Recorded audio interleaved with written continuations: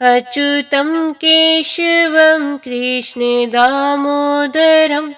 रामनारायणं जानकीवल्लभं रामनारायणं जानकीवल्लभं। जय श्री राम। आज श्रवण कीजिए पौष मास महात्म्य का कथा अध्याय 25। जय श्री राम। सुग्रीव को साथ लेकर और हाथों में धनुष बाण धारण करके श्री रघुनाथ जी चले। तब श्री रघुनाथ जी ने सुग्रीव को बाली के पास भेजा कि श्री राम जी का बल पाकर बाली के निकट जाकर गरजा। बाली सुनते ही क्रोध में भरकर वेग से दौड़ा। उसकी स्त्री तारा ने चरण पकड़कर उसे समझाया कि हे नाथ सुनिए, सुग्रीव जिनसे मिले हैं वे दोनों भाई तेज और बल की सीमा है। वे कौशल्याधीश दशरथ जी के पुत्र राम और लक्ष्मण संग्राम में काल को भी जीत सकते हैं। बाली ने कहा, हे भीरू प्रिय सुनो, श्री रघुनाथ जी समदर्शी है। जो कदाचित वे मुझे मारेंगे ही तो मैं सनाथ हो जाऊंगा, परम पद को पा जाऊंगा। ऐसा कहकर वे महान अभिमानी बाली सुग्रीव को तिनके के समान जानकर चला। दोनों भिड़ गए। बाली ने सुग्रीव को बहुत धमकाया और घूंसा मारकर बड़े जोर से गरजा। तब सुग्रीव व्याकुल होकर भागा। घूंसे की चोट उसे वज्र के समान लगी। सुग्रीव ने आकर कहा, हे कृपालु रघुवीर, मैंने आपसे पहले ही कहा था कि बाली मेरा भाई नहीं है, काल है। श्री राम जी ने कहा, तुम दोनों भाइयों का एक सा ही रूप है। इसी भ्रम में मैंने उसको नहीं मारा। फिर श्री राम जी ने सुग्रीव के शरीर को हाथ से स्पर्श किया, जिससे उसका शरीर वज्र के समान हो गया और सारी पीड़ा जाती रही। तब श्री राम जी ने सुग्रीव के गले में फूलों की माला डाल दी और फिर उसे बड़े भारी बल देकर भेजा। दोनों में पुण्य अनेक प्रकार से युद्ध हुआ। श्री रघुनाथ जी वृक्ष की आड़ से देख रहे थे। सुग्रीव ने बहुत से छल बल किए, किंतु अंत में भय मानकर हृदय से हार गया। तब श्री राम जी ने तानकर बलि के हृदय में बाण मारा।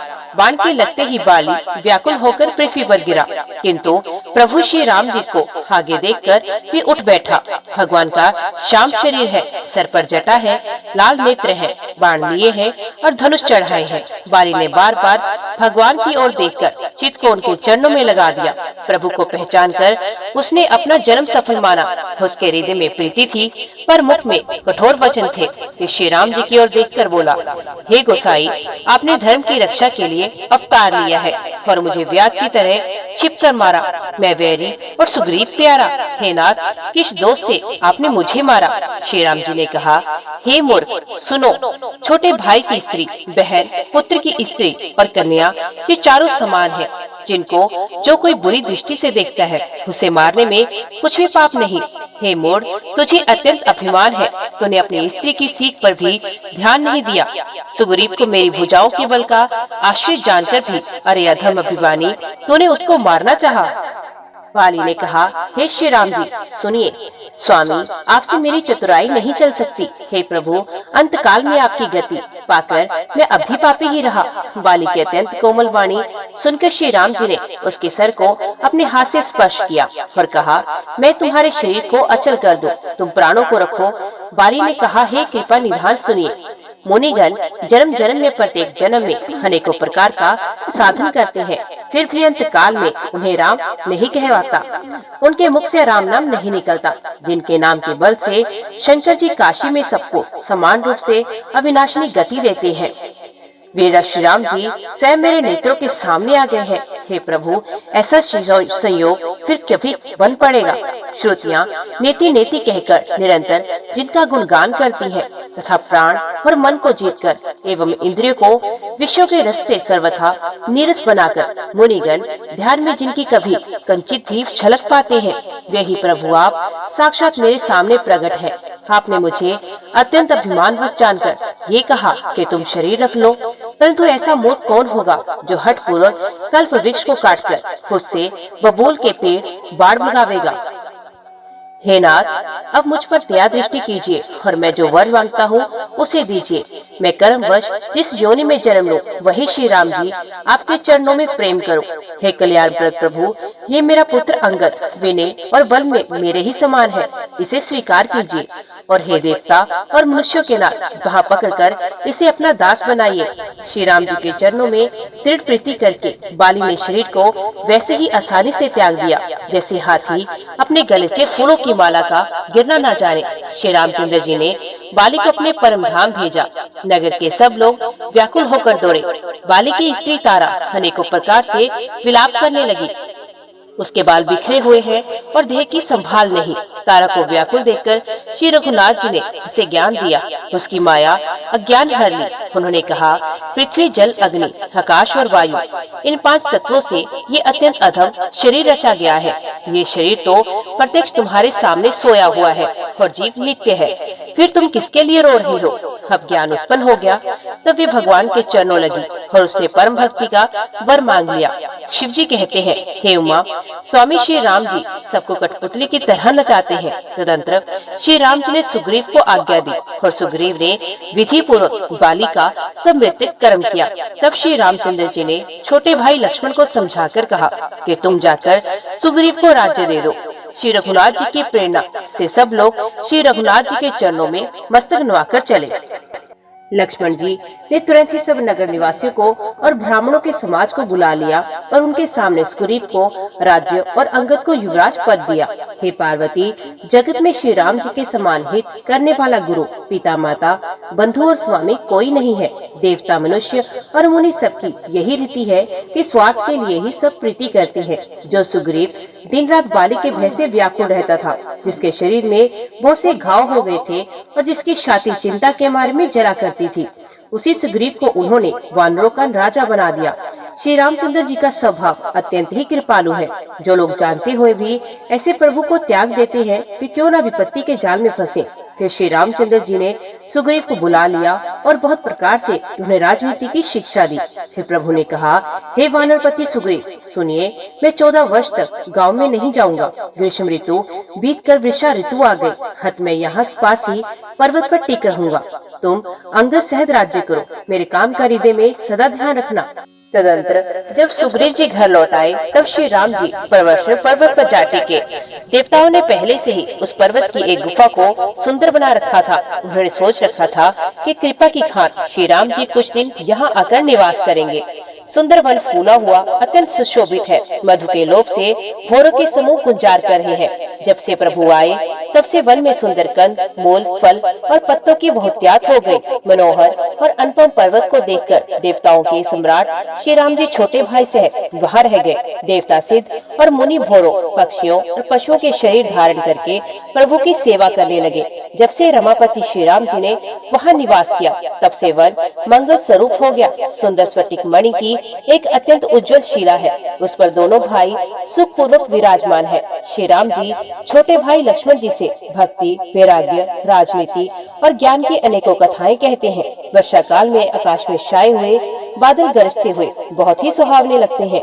श्री राम जी कहने लगे, हे लक्ष्मण, देखो, मोरों के झुंड बादलों को देखकर नाच रहे हैं, जैसे वैराग्य में निरत गृहस्थ किसी विष्णु भक्त को देखकर हर्षित होते हैं।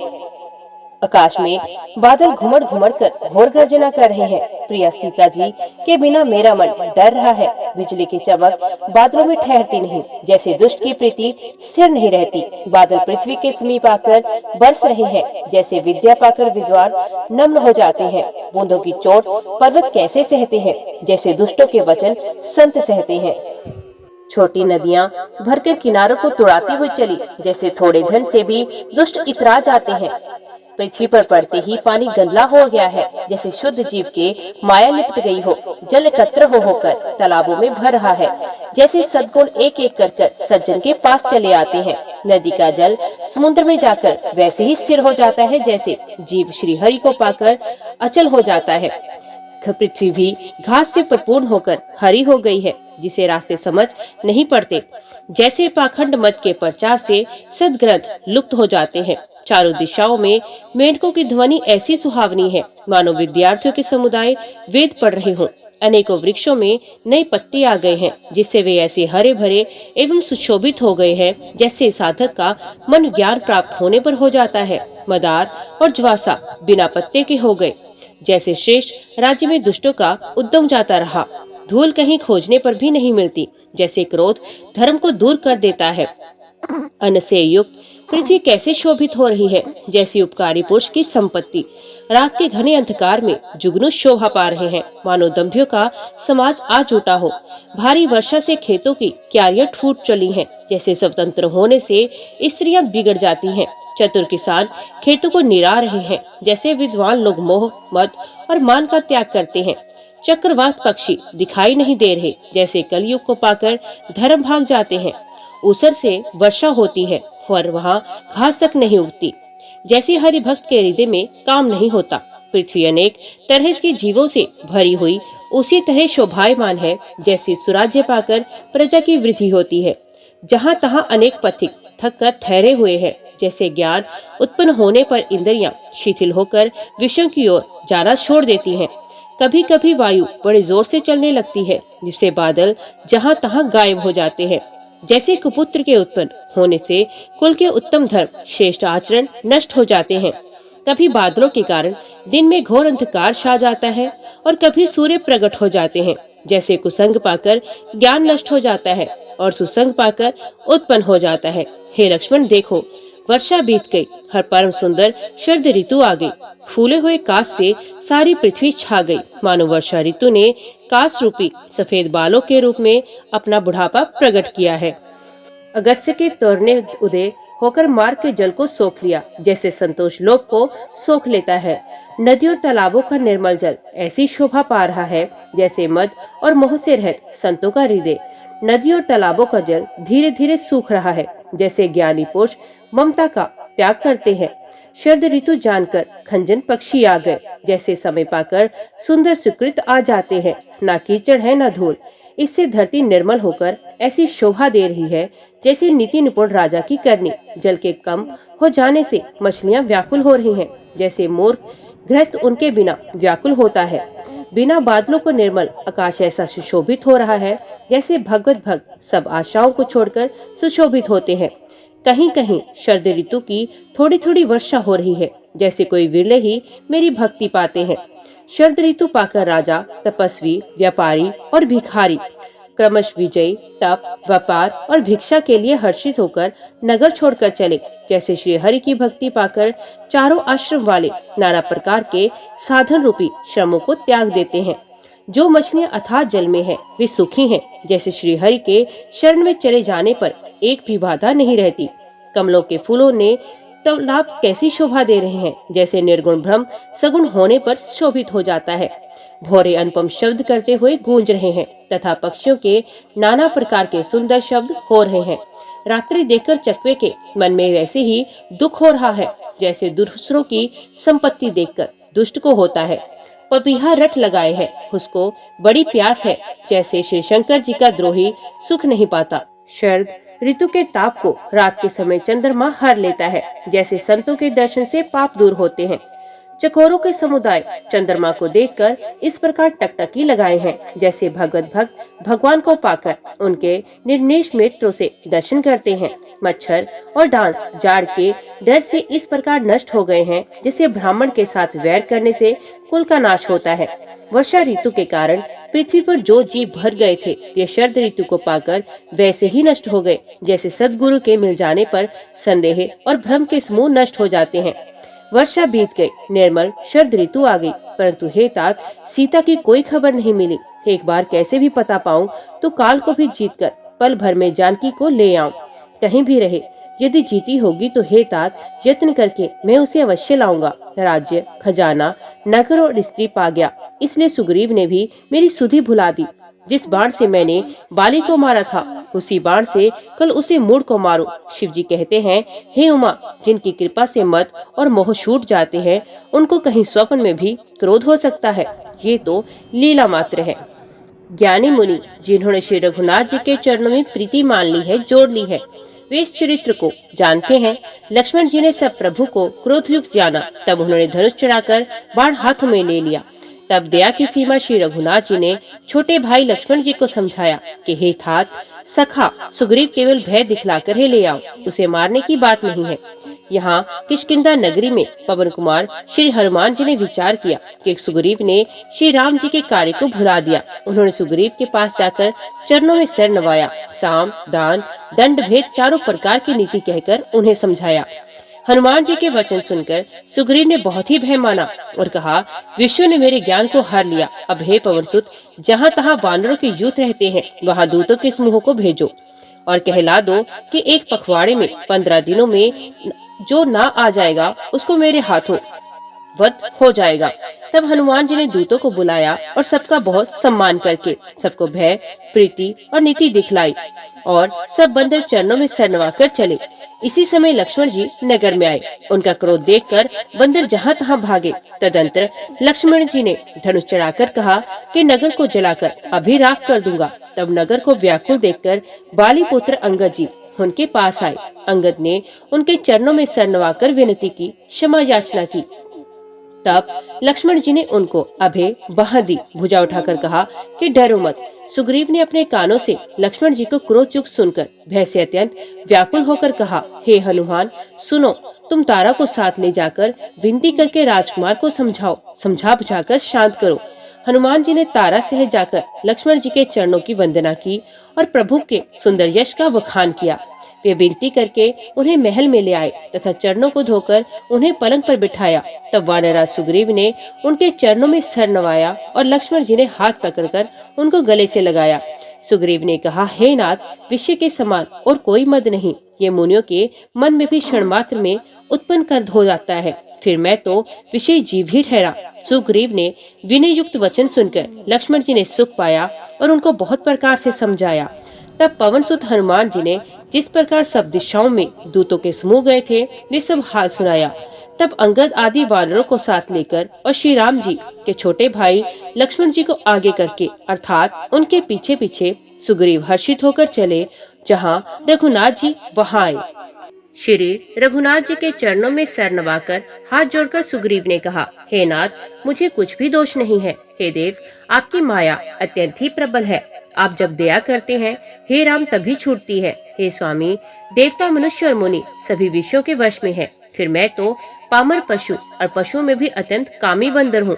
स्त्री का नयन बाण जिसको नहीं लगा, जो भयंकर क्रोध रूपी अंधेरी रात में भी जागता रहता है, और लोभ की फांसी से जिसने अपना गला नहीं बंधाया। हे रघुनाथ जी, वे मनुष्य आप ही के समान है। ये गुण साधन से नहीं प्राप्त होते, आपकी कृपा से ही कोई कोई इन्हें पाते हैं। तब श्री रघुनाथ जी मुस्कुराकर बोले, हे भाई, तुम मुझे भरत के समान प्यारे हो। अब मन लगाकर ही वही उपाय करो जिस उपाय से सीता की खबर मिले। इस प्रकार बातचीत हो रही थी कि वानरों के झुंड आ गए। अनेक रंगों के वानरों के दल सब दिशाओं में दिखाई देने लगे। शिव जी कहते हैं, हे उमा, वानरों की वे सेना मैंने देखी थी, उसकी जो गिनती करना चाहे वे महान मूर्ख है। सब वानर आ आकर श्री राम जी के चरणों में मस्तक नवाते हैं। सौंदर्य माधुर्य निधि श्री मुख के दर्शन करके कृतार्थ होते हैं। सेना में एक भी वानर ऐसा नहीं था जिससे श्री राम जी ने कुशल न पूछी हो। प्रभु के लिए ये कोई बड़ी बात नहीं, क्योंकि श्री रघुनाथ जी विश्व रूप तथा सर्वव्यापक हैं। आज्ञा पाकर सब जहाँ तहाँ खड़े हो गए। तब सुग्रीव ने सबको समझाकर कहा कि हे वानरों, किस मुँह हो, ये श्री रामचंद्र जी का कार्य है और मेरा अनुरोध है, तुम चारों ओर जाओ और जाकर जानकी जी को खोजो। हे भाई, महीने भर में वापस आ जाना। जो महीने भर की अवधि बिताकर बिना पता लगाए ही लौट आएगा, उसे मेरे द्वारा मरवाते ही बनेगा। सुग्रीव के वचन सुनते ही सब वानर तुरंत जहाँ तहाँ भिन्न भिन्न दिशाओं में चल दिए। तब सुग्रीव ने अंगद, नल, हनुमान आदि प्रधान योद्धाओं को बुलाया और कहा, हे धीर बुद्धि और चतुर नेल, अंगद, जामवान और हनुमान, तुम सब श्रेष्ठ योद्धा मिलकर दक्षिण दिशा को जाओ और सब किसी से सीता जी का पता पूछना।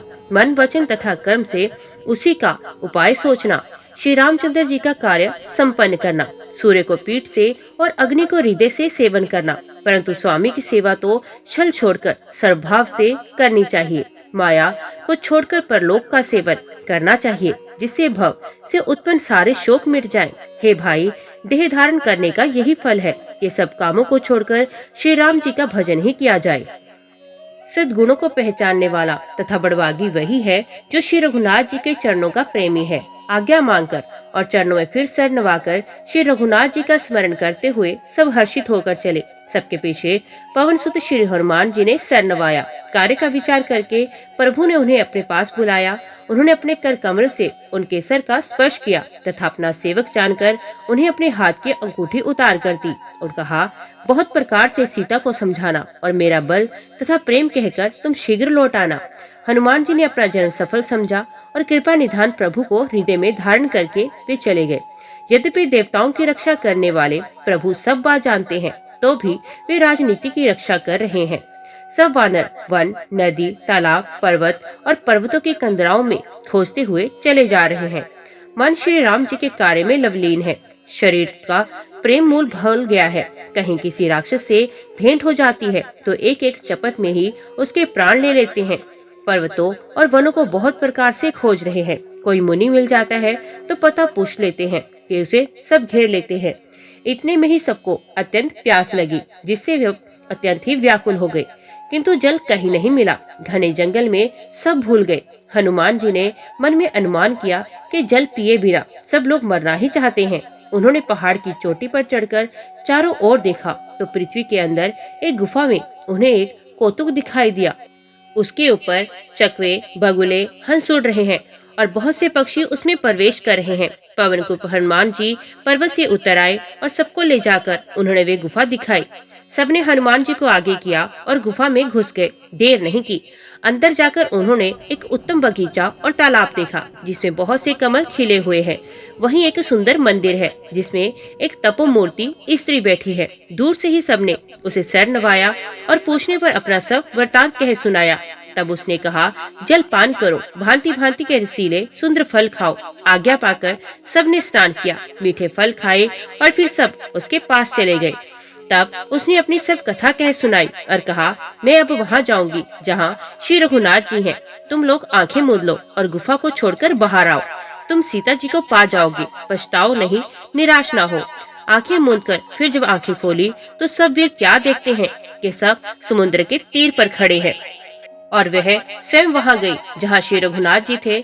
उसने जाकर प्रभु के चरण कमलों में मस्तक नवाया और बहुत प्रकार से विनती की। प्रभु ने उसे अपनी अचल भक्ति दी। प्रभु की आज्ञा सर पर धारण कर और श्री राम जी के युगल चरणों को, जिनकी ब्रह्मा और महेश भी वंदना करते हैं, हृदय में धारण कर वे स्वयं प्रभा बद्रिकाश्रम को चली गई। यहाँ वानरगण मन में विचार कर रहे थे कि अवधि तो बीत गई पर काम कुछ नहीं हुआ। सब मिलकर आपस में बात करने लगे कि हे भाई, अब तो सीता जी की खबर लिए बिना लौटकर भी क्या करेंगे। अंगद ने नेत्रों में जल भरकर कहा कि दोनों ही प्रकार से हमारी मृत्यु हुई।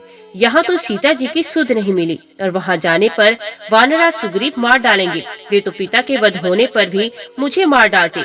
श्री राम जी ने मेरी रक्षा की, इसमें सुग्रीव का कोई एहसान नहीं। अंगद बार बार सबसे कह रहे हैं कि अब मरण हुआ, इसमें कुछ भी संदेह नहीं। वानरवीर अंगद के वचन सुनते हैं किंतु कुछ बोल नहीं सकते। उनके नेत्रों से जल बह रहा है। एक क्षण के लिए सब सोच में मगन हो गए। फिर सब ऐसा वचन कहने लगे, हे सुयोग्य युवराज, हम लोग सीता जी की खोज लिए बिना नहीं लौटेंगे। ऐसा कहकर लवण सागर के तट पर जाकर सब वानर कुछ बिछाकर बैठ गए। जाम्बान ने अंगद को दुख देखकर विशेष उपदेश की कथाएं कही। वे बोले, हे तात, श्री राम जी को मनुष्य न मानो, उन्हें निर्गुण ब्रह्म, अजय और अजन्मा समझो। हम सब सेवक अत्यंत भड़भागी हैं जो निरंतर सगुण श्री राम जी में प्रीति रखते हैं। देवता, पृथ्वी, गो और ब्राह्मणों के लिए प्रभु अपनी इच्छा से किसी कर्म बंधन से नहीं अवतार लेते हैं। वहाँ सगुणोपासक भक्तगण सालोक्य, सामीप्य, सारूप्य, सारिष्टि और सायुज्य सब प्रकार के मोक्षों को त्याग कर उनकी सेवा में साथ रहते हैं।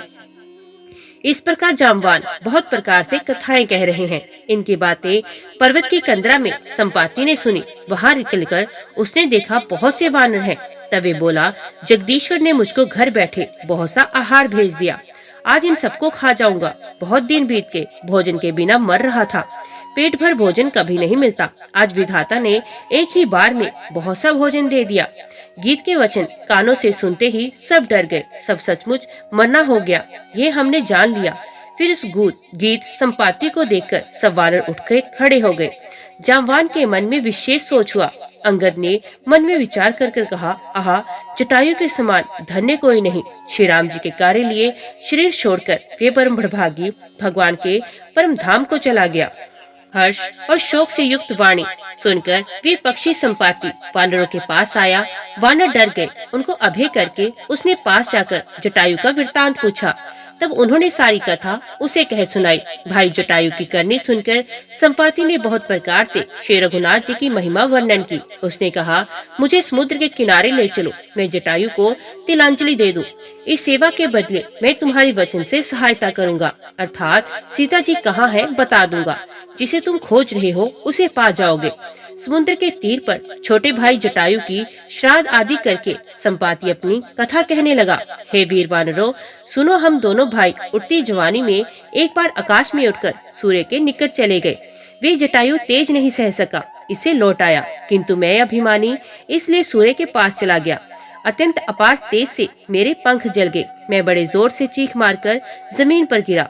वहाँ चंद्रमा नाम के एक मुनि थे। वे मुझे देखकर उन्हें दया आ गई। उन्होंने बहुत प्रकार से मुझे ज्ञान सुनाया और मेरे देह संबंधी अभिमान को छुड़ा दिया। उन्होंने कहा, त्रेता युग में साक्षात परब्रह्म मनुष्य शरीर धारण करेंगे। उनकी स्त्री को राक्षसों द्वारा राजा हर ले जाएगा।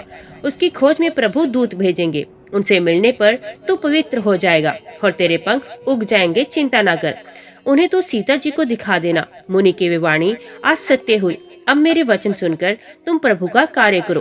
त्रिकूट पर्वत पर लंका बसी है। वहाँ सब भाव से निडर रावण रहता है। वहाँ अशोक नाम का बगीचा है जहाँ सीता जी रहती हैं। इस समय भी वे सोच में मगन बैठी हैं। मैं उन्हें देख रहा हूँ, तुम नहीं देख सकते, क्योंकि गीत की दृष्टि अपार होती है। क्या करूं, मैं बूढ़ा हो गया, नहीं तो तुम्हारी कुछ तो सहायता अवश्य करता। जो 100 योजन 400 कोस समुद्र लांघ सकेगा और बुद्धि निधान होगा, वही श्री राम जी का कार्य कर सकेगा। निराश होकर घबराओ मत, मुझे देखकर मन में धीरज धरो। देखो, श्री राम जी की कृपा से देखते ही देखते मेरा शरीर कैसा हो गया। बिना पांख का बेहाल था, पांख उंगने से सुंदर हो गया। पापी भी जिनका नाम स्मरण करके अत्यंत अपार भवसागर से तर जाते हैं, तुम उनके दूत हो। अतकायरता छोड़कर श्री राम जी के हृदय में धारण करके उपाय करो। काकभूषण जी कहते हैं, हे गरुड़ जी, इस प्रकार कहकर जब गीत चला गया तब उन वानरों के मन में अत्यंत विस्मय हुआ। सब किसी ने अपना अपना बल कहा, पर समुद्र के पार जाने में सभी ने संदेह प्रकट किया। ऋषिराज जामवान कहते हैं, मैं बूढ़ा हो गया, शरीर में पहले वाला बल का लेश भी नहीं रहा। जब खर के शत्रु श्री राम वामन बने थे, जब मैं जवान था और मुझ में बड़ा बल था। बलि के बांधते समय प्रभु इतने बड़े के उस शरीर का वर्णन नहीं हो सकता, किंतु मैंने 2 ही घड़ी में दौड़कर उस शरीर की 7 प्रदक्षिणाएं कर ली। अंगद ने कहा, मैं पार तो चला जाऊं, परंतु लौटते समय के लिए हृदय में कुछ संदेह है। जामवान ने कहा, तुम सब प्रकार से योग्य हो, परंतु तुम सबके नेता हो, तुम्हें कैसे भेजा जाए। विश्वराज जामवान ने श्री हनुमान जी से कहा, हे हनुमान, हे बलवान, सुनो, तुमने ये क्या चुप साध रखी है। तुम पवन के पुत्र हो और बल में पवन के समान हो। तुम बुद्धि, विवेक और विज्ञान की खान हो। जगत में कौन सा ऐसा कठिन काम है जो हे तात तुमसे ना हो सके। श्री राम जी के कार्य के लिए तो तुम्हारा अवतार हुआ है। ये सुनते ही हनुमान जी पर्वत के आकार के हो गए। उनका सोने का रंग हो गया। शरीर पर तेज सुशोभित है, मानो दूसरा पर्वतों का राजा सुमेरु हो। हनुमान जी ने बार बार सिंहनाद करके कहा, मैं इस खारे समुद्र को खेल में ही लांघ सकता हूँ और सहायकों सहित रावण को मारकर त्रिकुट पर्वत को उखाड़कर यहाँ ला सकता हूँ। हे जामवान, मैं तुमसे पूछता हूँ, तुम मुझे उचित सीख देना कि मुझे क्या करना चाहिए। जामवान ने कहा, हे तात, तुम जाकर इतना ही करो कि सीता जी को देखकर लौट आओ और उनकी खबर कह दो। फिर कमल नयन श्री राम जी अपने बाहुबल से ही राक्षसों का संहार कर सीता जी को ले आएंगे। केवल खेल के लिए ही वे वानरों की सेना साथ लेंगे। वानरों के साथ सेना राक्षसों का संहार करके श्री राम जी सीता जी को ले आएंगे। तब देवता और नारद आदि मुनि भगवान के तीनों लोकों को पवित्र करने वाले सुंदर यश का बखान करेंगे, जिसे सुनने, गाने, कहने और समझने से मनुष्य परम पद पाते हैं और जिसे श्री रघुवीर के चरण कमल का भ्रमर तुलसीदास गाता है।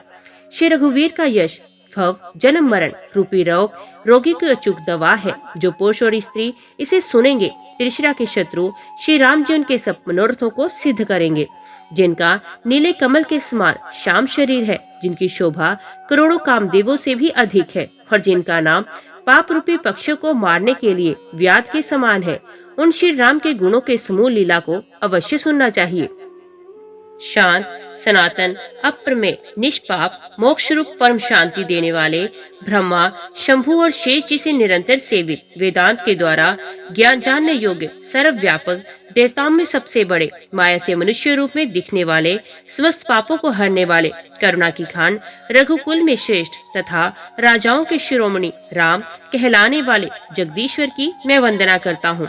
हे रघुनाथ जी, मैं सत्य कहता हूँ और फिर आप सबके अंतर आत्मा ही हैं, सब जानते ही हैं कि मेरे हृदय में दूसरी कोई इच्छा नहीं है। हे रघुकुल श्रेष्ठ, मुझे अपनी पूर्ण भक्ति दीजिए और मेरे मन को काम आदि दोषों से रहित कीजिए। अतुल बल के धाम, सोने के पर्वत के समान कांति युक्त शरीर वाले दैत्य रूपी वन को ध्वंस करने के लिए अग्नि रूप ज्ञानियों में अग्रगण्य, संपूर्ण गुणों के निधान, वानरों के स्वामी श्री रघुनाथ जी के प्रिय भक्त पवन पुत्र श्री हनुमान जी को मैं प्रणाम करता हूँ। जामवान के सुंदर वचन सुनकर हनुमान जी को हृदय को बहुत ही भाई। वे बोले, हे भाई, तुम लोग दुख सहकर कंदमूल फल खाकर तब तक मेरी राह देखना, जब तक मैं सीता जी को देखकर ना आऊं। काम अवश्य होगा, क्योंकि मुझे बहुत ही हर्ष हो रहा है। ये कहकर और सबको मस्तक नवाकर तथा हृदय में श्री रघुनाथ जी को धारण करके हनुमान जी हर्षित होकर चले। समुद्र के तीर पर एक सुंदर पर्वत था। हनुमान जी खेल से ही अनायास से कूदकर उसके ऊपर जा चढ़े और बार बार श्री रघुवीर जी का स्मरण करके अत्यंत बलवान हनुमान जी उस पर से बड़े वेग से उछले। जिस पर्वत पर हनुमान जी पैर रखकर चले, जिस पर से वे उछले, वे तुरंत ही पाताल में धंस गया। जैसे श्री रघुनाथ जी का अमोघ बाण चलता है, उसी तरह हनुमान जी चले। समुद्र ने उन्हें श्री रघुनाथ जी का दूत समझकर मैनाक पर्वत से कहा, हे मैनाक, तू इतनी थकावट दूर करने वाला हो। हनुमान जी ने उसे हाथ से छू दिया, फिर प्रणाम करके कहा, भाई, श्री रामचंद्र जी का काम किए बिना मुझे विश्राम कहा। देवताओं ने पवन पुत्र हनुमान जी को जाते हुए देखा। उनकी विशेष बल बुद्धि को जानने के लिए परीक्षा लेने के लिए उन्होंने सुरसा नामक सर्पों की माता को भेजा। उसने आकर हनुमान जी से ये बात कही, आज देवताओं ने मुझे भोजन दिया है। ये वचन सुनकर पवन कुमार हनुमान जी ने कहा, श्री राम जी का कार्य करके मैं लौट आऊं और सीता जी की खबर प्रभु को सुना दूं, तब मैं आकर तुम्हारे मुंह में घुस जाऊंगा, तुम मुझे खा लेना। हे माता, मैं सत्य कहता हूँ, अभी मुझे जाने दो। जब किसी भी उपाय से उसने जाने नहीं दिया, तब हनुमान जी ने कहा, तो फिर मुझे खा न ले। उसने योजन भर 4 कोस में मुंह फैलाया। तब हनुमान जी ने अपने शरीर को उससे दूना बढ़ा लिया। उसने 16 योजन का मुख किया। हनुमान जी तुरंत ही 32 योजन के हो गए। जैसे जैसे सुरसा मुख का विस्तार करती है, हनुमान जी उसका दूना रूप दिखलाते हैं। उसने 100 योजन मुख किया, तब हनुमान जी बहुत ही छोटा रूप धारण कर लिया और वे उसके मुख में घुसकर तुरंत ही बाहर निकल आए और उसे सिर नवाकर विदा मांगने लगे। उसने कहा, मैंने तुम्हारे बुद्धि बल का भेद पा लिया, जिसके लिए देवताओं ने मुझे भेजा था। तुम श्री रामचंद्र जी का सब कार्य करोगे, क्योंकि तुम बल बुद्धि के भंडार हो। ये आशीर्वाद देकर वे चले गए। तब हनुमान जी हर्षित होकर आगे गए। समुद्र में एक राक्षसी रहती थी। ये माया करके आकाश में उड़ते हुए पक्षियों को पकड़ लेती थी। आकाश में जो जीव जंतु उड़ा करते थे, वे जल में उनकी परछाई देखकर उस परछाई को पकड़ लेती थी, जिससे वे उड़ नहीं सकते थे और जल में गिर पड़ते थे। इस प्रकार वे सदाकाश में उड़ने वाले जीवों को खाया करती थी।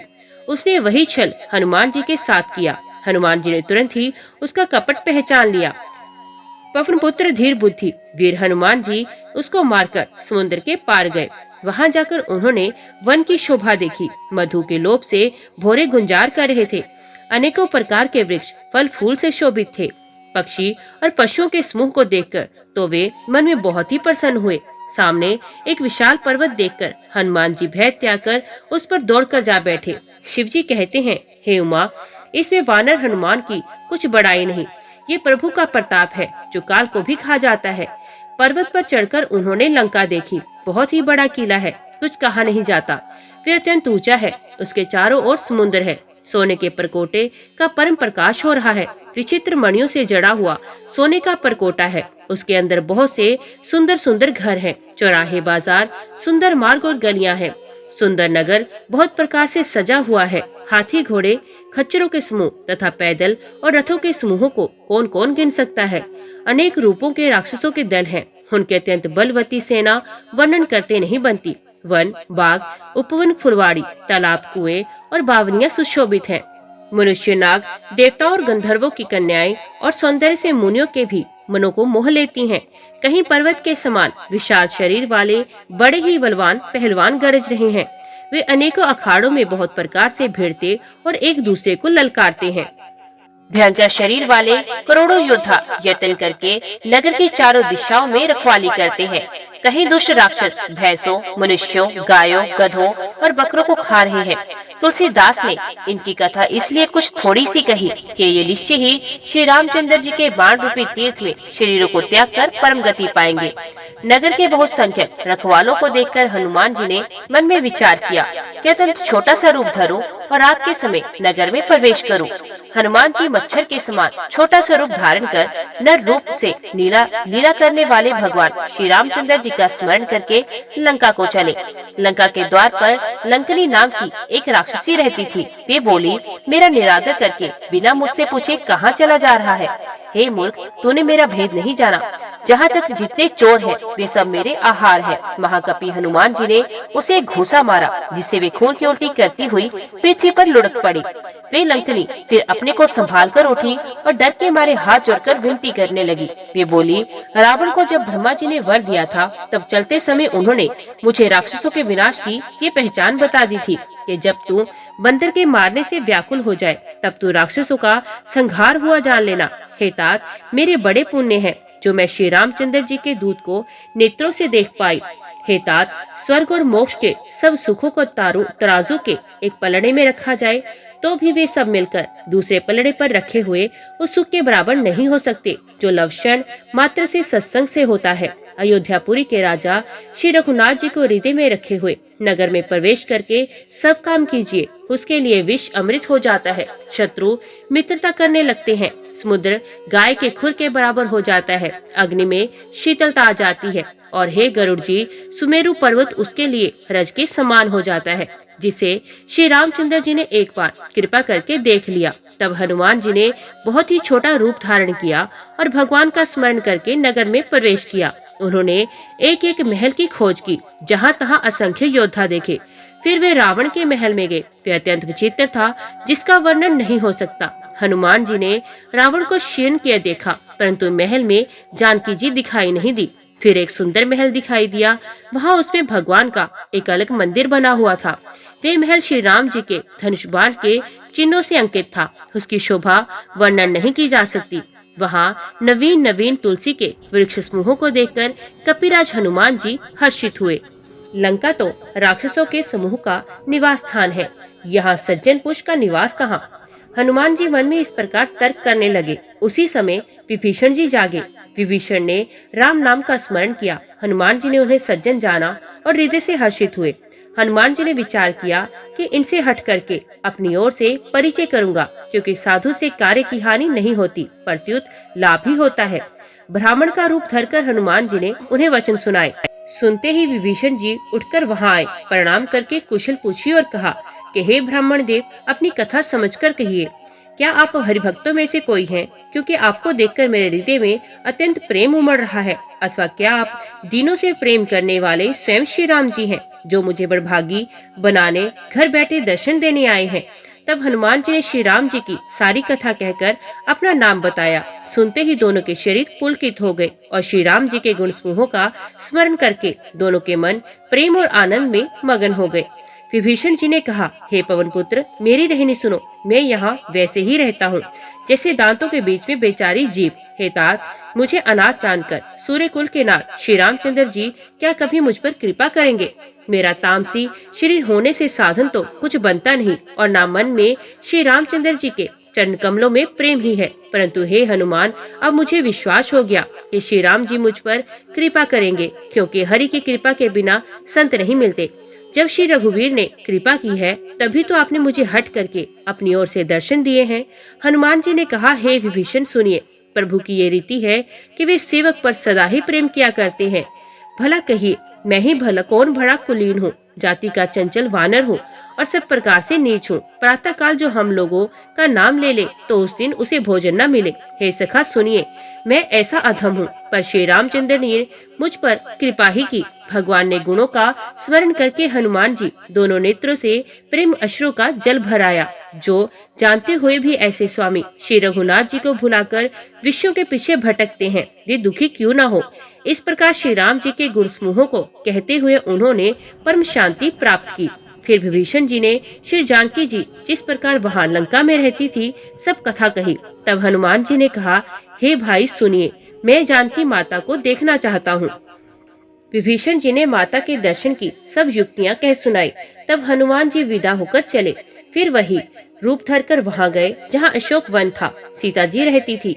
सीता जी को देखकर हनुमान जी ने उन्हें मन में ही प्रणाम किया। उन्हें बैठे बैठे रात्रि के चारों पहर बीत जाते हैं। शरीर दुबला हो गया, सर पर जटाओं की लट है। हृदय में श्री रघुनाथ जी के गुण समूहों का जाप करती हैं। श्री जानकी जी नेत्रों को अपने चरणों में लगाए हुए हैं, नीचे की ओर देख रही हैं और मन श्री राम जी के चरणों में लीन है। जानकी जी को दुखी देखकर पवन पुत्र हनुमान जी बहुत ही दुखी हुए। हनुमान जी वृक्ष के पत्तों में छिपे हैं और विचार करने लगे, हे भाई क्या करूं। उसी समय बहुत सी स्त्रियों के साथ लिए सज धज कर रावण वहां आया। उस दुष्ट ने सीता जी को बहुत प्रकार से समझाया, साम दान भय और भेद दिखलाया। रावण ने कहा, हे सुमुखी, हे सियानी, सुनो, मंदोदरी आदि सब रानियों को मैं तुम्हारी दासी बना दूंगा, ये मेरा प्रण है। तुम एक बार मेरी ओर देखो तो सही। अपने परम स्नेही कौशलाधीश श्री रामचंद्र जी का स्मरण करके जानकी जी तिनके की आड़ करके कहने लगी, हे दशमुख सुनो, जुगनू मेघ प्रकाश से कभी कमलिनी खिल सकती है। जानकी जी फिर कहती हैं, तू अपने लिए भी ऐसा ही मन में समझ ले। रे दुष्ट, तुझे श्री रघुवीर के बाण की खबर नहीं है। रे पापी, तू मुझे सूने में हर लाया। रे अधम निर्लज, तुझे लज्जा नहीं आती। अपने को जुगनू के समान और रामचंद्र जी को सूर्य के समान सुनकर और सीता जी के कठोर वचनों को सुनकर रावण तलवार निकालकर बड़े गुस्से में आकर बोला, सीते, तूने मेरा अपमान किया है। मैं तेरा सर इसी कठोर कृपाण से काट डालूंगा, नहीं तो अब भी जल्दी मेरी बात मान ले। हे सुमुखी, नहीं तो जीवन से हाथ धोना पड़ेगा। सीता जी ने कहा, हे दशग्रीव, प्रभु की भुजा तो श्याम कमल की माला के समान सुंदर और हाथी के सूंड के समान पुष्ट तथा विशाल है। या तो वे भुजा ही मेरे कंठ में पड़ेगी या तेरी भयानक तलवार ही। हे शठ, सुन, यही मेरा सच्चा प्रण है। सीता जी कहती हैं, हे चंद्रहास, श्री रघुनाथ जी के विरह की अग्नि से उत्पन्न मेरी बड़ी भारी जलन को तू हर ले। हे तलवार, तू शीतल तीव्र और शेष धारा बहाती है, तू मेरे दुख के बोझ को हर ले। सीता जी के वचन सुनते ही वे मारने दौड़ा। तब मैं दानव की पुत्री मंदोदरी ने नीति कहकर उसे समझाया। तब रावण ने सब राक्षसों को बुलाकर कहा कि जाकर सीता को बहुत प्रकार से भय दिखलाओ। जय श्री राम। आज की वीडियो में इतना ही। उम्मीद करती हूँ वीडियो आपको पसंद आई होगी। वीडियो पसंद आई हो तो वीडियो को लाइक और चैनल को सब्सक्राइब जरूर कीजिएगा। जय श्री राम लिखकर कमेंट बॉक्स में अपनी हाजिरी और अपने सुझाव देना ना भूलिएगा। तो मिलते हैं अगली कथा अगले अध्याय के साथ। तब तक के लिए देखते व सुनते रहिए। जय मां कंजक, जय माता दी।